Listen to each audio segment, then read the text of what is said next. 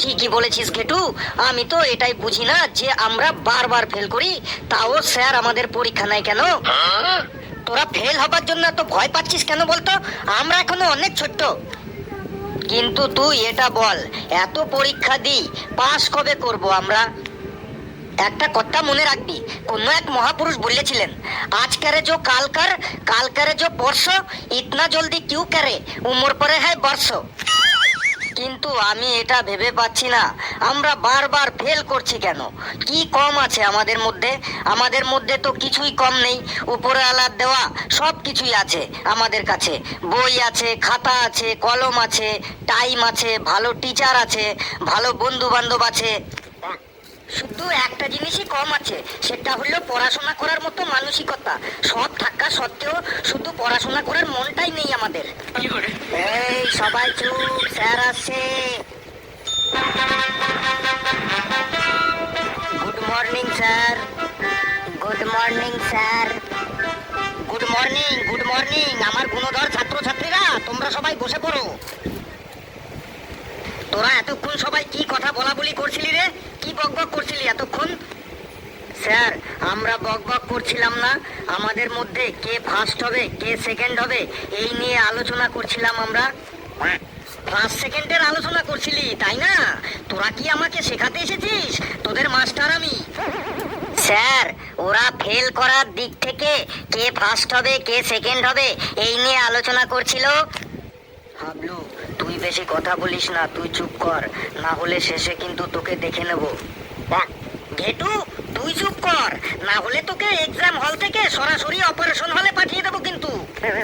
হ্যাঁ, তো আমার গুণধর ছাত্রছাত্রীরা, তোরা চুপচাপ শান্ত হয়ে বস।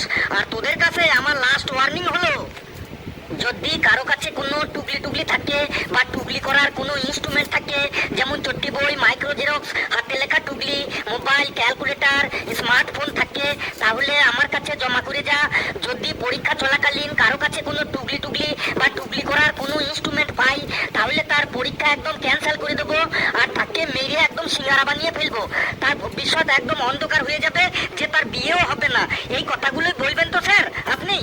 আমি জানি, কারণ আমার জীবনটাই শেষ হয়ে গেল এই পরীক্ষা দিতে দিতে। এই ওয়ার্নিং করা ডায়লগগুলো শুনতে শুনতে আমাদের সবার একদম মুখস্থ হয়ে গেছে। হেলু, তুই কিন্তু বেশি বাড়াবাড়ি করিস না, পড়া মুখস্থ হয় না আর আমার ডায়লগগুলো তোর মুখস্থ হয়ে যায় তাই না? আর তোর মুখ থেকে যদি আর কোনো আওয়াজ আমি পাই, তাহলে কিন্তু পরীক্ষা হল থেকে তোকে বার করে দেবো।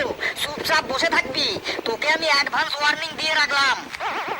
যদি কারো কাছে কোনো টুকলি পাই, তখন তোরা বুঝতে পারবি যে এটা কি শুধু ডায়লগ নাকি ওয়ার্নিং।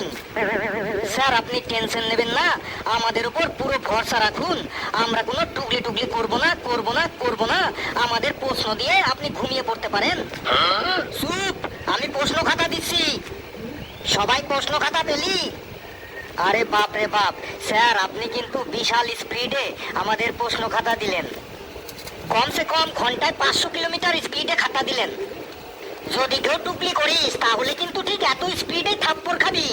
বেশ, সবাই আগে প্রশ্নটা 5 মিনিট ভালো করে দেখে নে, তারপর অ্যান্সার লিখবি। ফেলুরে, তুই তো বলেছিলি আজকে অঙ্ক পরীক্ষা, তাহলে এটা কিসের প্রশ্ন, কি ভাষা এটা বুঝতে পারছি না। আরে প্রশ্নটা তুই উল্টো করে ধরেছিস, ওটা অঙ্কেরই প্রশ্ন। প্রশ্নটা সোজা কর, তাহলে বুঝতে পারবি। ঠিক বলেছিস বন্ধু, আমি প্রশ্নটা উল্টো করে ধরেছিলাম, তাই আমি বুঝতে পারছিলাম না এটা কোন ভাষা।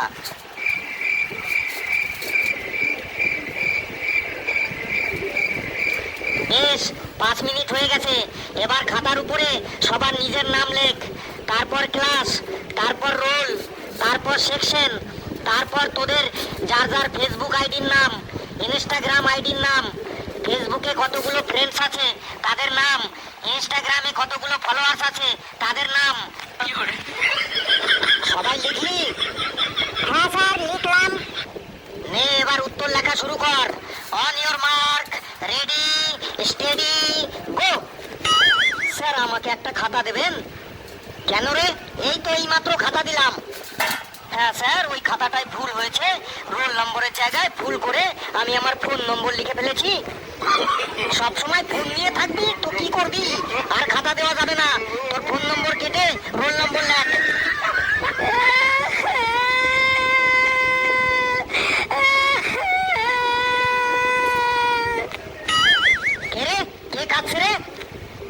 বাচ্চা লেবু খাচ্ছে। কি হলো রে লেবু, তোর আবার কি হলো? কি মনে পড়লো যে কাঁদছিস? স্যার কিচ্ছু মনে পড়ার জন্য কাঁদছে না, কিচ্ছু না মনে পড়ার জন্য কাঁদছে। জানতাম, কোশ্চেন পেপার দেখলেই তোদের চোখ থেকে জল বেরিয়ে আসবে। কাঁদ, যে কেউ যত খুশি কাঁদতে পারিস কাঁদ। ইনস্ট্রাকশনে দেখ লেখা আছে কাঁদা অ্যালাউড আছে। যদি চাস তো পুরো 3 ঘন্টায় কাঁদতে পারিস, তাতে আমার কোনো প্রবলেম নেই। সারা বছর পড়বি না আর পরীক্ষা দিতে এসে কাঁদবি।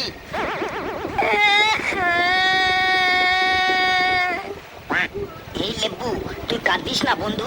তুই তোর আশেপাশে সবাইকে দেখ, আমরাও সবাই ফেল করব, চিন্তা নেই। অন্তত আমাদের মুখের দিকে তাকিয়ে একটু আনন্দ কর, একটু হাস। এই হাবলু, একটু দেখা বন্ধু। ওই হাবলু, দেখা বন্ধু। না, দেখাবো না। কেন দেখাবি না বন্ধু? আমার দিদির বিয়েতে তোকে নিমন্ত্রণ করেছিলাম, মনে নেই?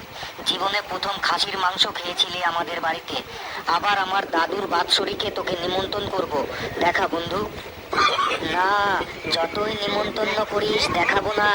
বন্ধুর জায়গায় বন্ধু আর পরীক্ষার জায়গায় পরীক্ষা। লেবু রে, আজ কোনো টুকলি টুকলি এনেছিস? এনেছি মানে একদম পকেটে গেঁথে এনেছি, কিন্তু একটাও প্রশ্নের সাথে মিলছে না। মিলছে না মানে? তুই কোন সাবজেক্টের টুকলি এনেছিস? কেন, ভৌত বিজ্ঞানের। আজ তো ভৌত বিজ্ঞান পরীক্ষাই বটে। না রে, আজ তো অঙ্ক পরীক্ষা। তাই তো ভাবছি, তখন থেকে টুকলিগুলা প্রশ্নের সাথে মিলাইছি, কিন্তু একটাও প্রশ্নের সাথে মিলছে না কেন? এই সবাই চুপ। ফেলু রে বন্ধু, একটা বলে দে। কোনটা বলবো বল। আমার বাবা আমাকে 3টে আম দিল, 3টে আমি খেয়ে ফেললাম। তাহলে আমার কাছে আর কি পড়ে থাকবে?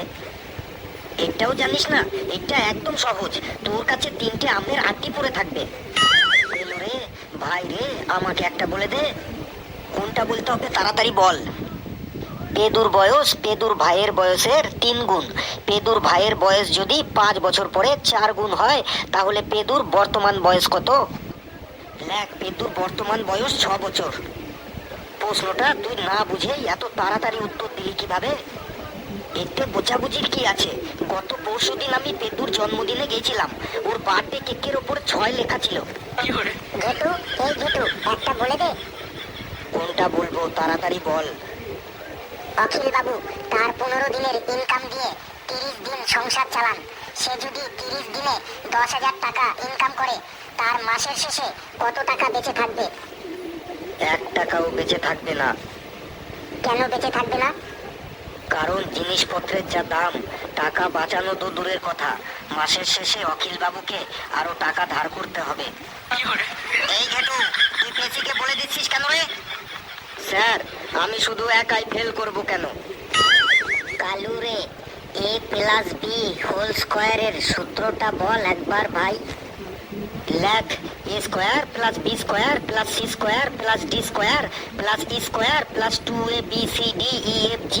+e²+2abcdefghl। ফর্মুলাটা কি তুই নিজে বানাইলি? এটা তো কোনোদিনও শুনিনি। লিখতে হয় লেখ, না হলে আমাকে ডিস্টার্ব করিস না। রেগে যাচ্ছিস কেন?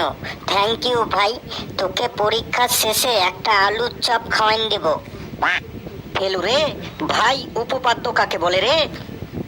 লেখ, ভেজা পায়ে সিঁড়ি বেয়ে বেয়ে ছাদে ওঠার সময় সিঁড়িতে স্লিপ করে উল্টে পড়ে গেলে যে পাটা উপরে থাকে সে পাটাকেই উপপাদ্য বলে। মানে উপরের দিকে পা থাকে মানেই উপপাদ্য। থ্যাংক ইউ ভাই।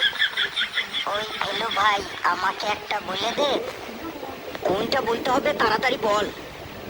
একটি বাদর যদি একটি তৈলাক্ত বাস বেয়ে 2 মিনিটে 8 মিটার ওঠে এবং পরবর্তী মিনিটে স্লিপ করে 2 মিটার নেমে পড়ে, তবে 32 মিটার উঁচু বাসের মাথায় উঠতে বাদরটির কত সময় লাগবে?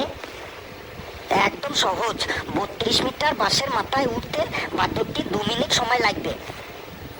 কেন, কি করে এটা সম্ভব? কারণ আমি বাসটির মাথায় এক গাদি পাক্কা কলা রেখে দেবো, তাহলে বাদরটি ওই 32 মিটার বাসের মাথায় উঠতে 2 মিনিটও সময় লাগবে না। ফেলু, এই ফেলু, ফেলু ফেলু বলে চিৎকার না করে বল কি বলতে হবে। পাটিগণিত কাকে বলে একটু বলে দে ভাই।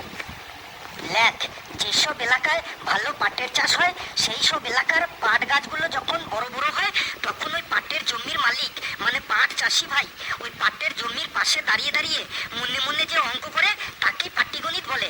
যেমন উদাহরণ হলো, যদি 1 বিঘা জমির পাট কাটতে 10 জন মুনিশ লাগে বা লোক লাগে, তাহলে 10 বিঘা জমির পাট কাটতে কতজন মুনিশ বা লোক লাগবে, এটাই হলো পাটিগণিতের উদাহরণ। থ্যাংক ইউ ভেলু ভাই। এবার বল বীজগণিত কাকে বলে। লেখ, চাষি ভাইরা যখন জমিতে যে কোনো বীজ, যেমন ধানের বীজ, ডালের বীজ, পাটের বীজ, সর্ষের বীজ বুনতে বুনতে যে মনে মনে যে অঙ্ক করে তাকেই বলে বীজগণিত। এর উদাহরণ আমি পারবো না, তুই নিজে লিখে নে। থ্যাংক ইউ সো মাচ ভেলু ভাই। আজ সন্ধ্যাবেলা তোকে মুলিনের দোকান থেকে গরম গরম চিকেন পকোড়া খাইয়ে দেবো। এই চুপ, কথা বলিস না কেউ। স্যার, আমার লুজ সিট লাগবে। এই নে। এই, আর কারো লুজ সিট লাগবে? লুজ সিট, লুজ সিট, লুজ সিট লাগবে, লুজ সিট, গরম গরম লুজ সিট, ঠান্ডা ঠান্ডা লুজ সিট চাই, লুজ সিট। একটু লুজ সিট লাগবে। এলু লুজ সিট লাগবে। কালু লুজ সিট লাগবে। পেঁচি, তোর লুজ সিট লাগবে? না স্যার, মেন খাতাটাই লিখতে পারছি না, আবার লুজ সিট।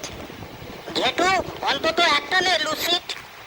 না স্যার, আমাদের কারো লুজ সিট লাগবে না। নে না একটা লুজ সিট, অনেক লুজ সিট আছে। ফেলু, তুই অন্তত একটা নে লুজ সিট। না স্যার, আমারও লুজ সিট লাগবে না। লুজ সিট এসে গেছে, লুজ সিট, লুজ সিট চাই, লুজ সিট।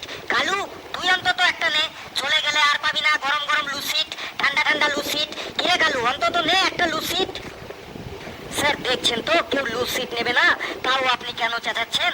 এতে আমাদের ডিস্টার্ব হচ্ছে। দেখছেন তো আমরা একটা অঙ্ক ঠিকঠাক করতে পারছি না, মেন খাতাটাই লিখতে পারছি না, তারপর আবার লুজ সিট নিয়ে কি করব? স্যার, আমাদের ডিস্টার্ব না করে আপনি চুপচাপ বসুন আর আমাদের লিখতে দিন।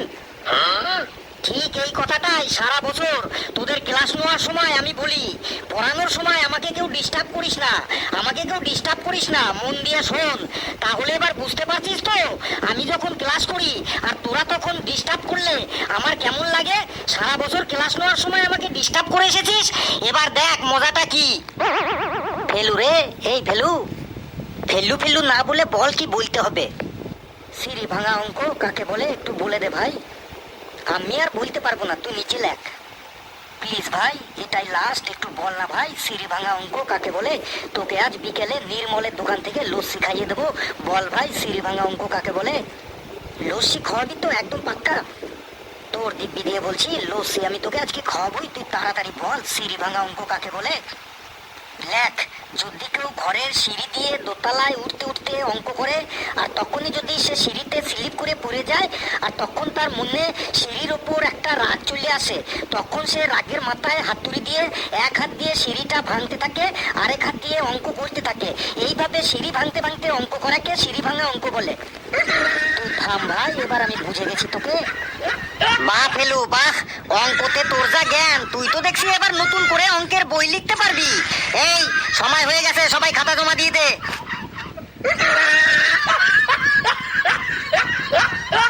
বন্ধুরা, ভিডিওটি কেমন লাগলো আপনারা কমেন্টসে জানাবেন, আর ভিডিওটি লাইক করবেন, যত পারেন শেয়ার করবেন, আর চ্যানেলটিকে সাবস্ক্রাইব করে আমাদের সাথেই থাকবেন। হাসতে থাকুন, সুস্থ থাকুন, যত বেশি হাসবেন তত বেশি সুস্থ থাকবেন।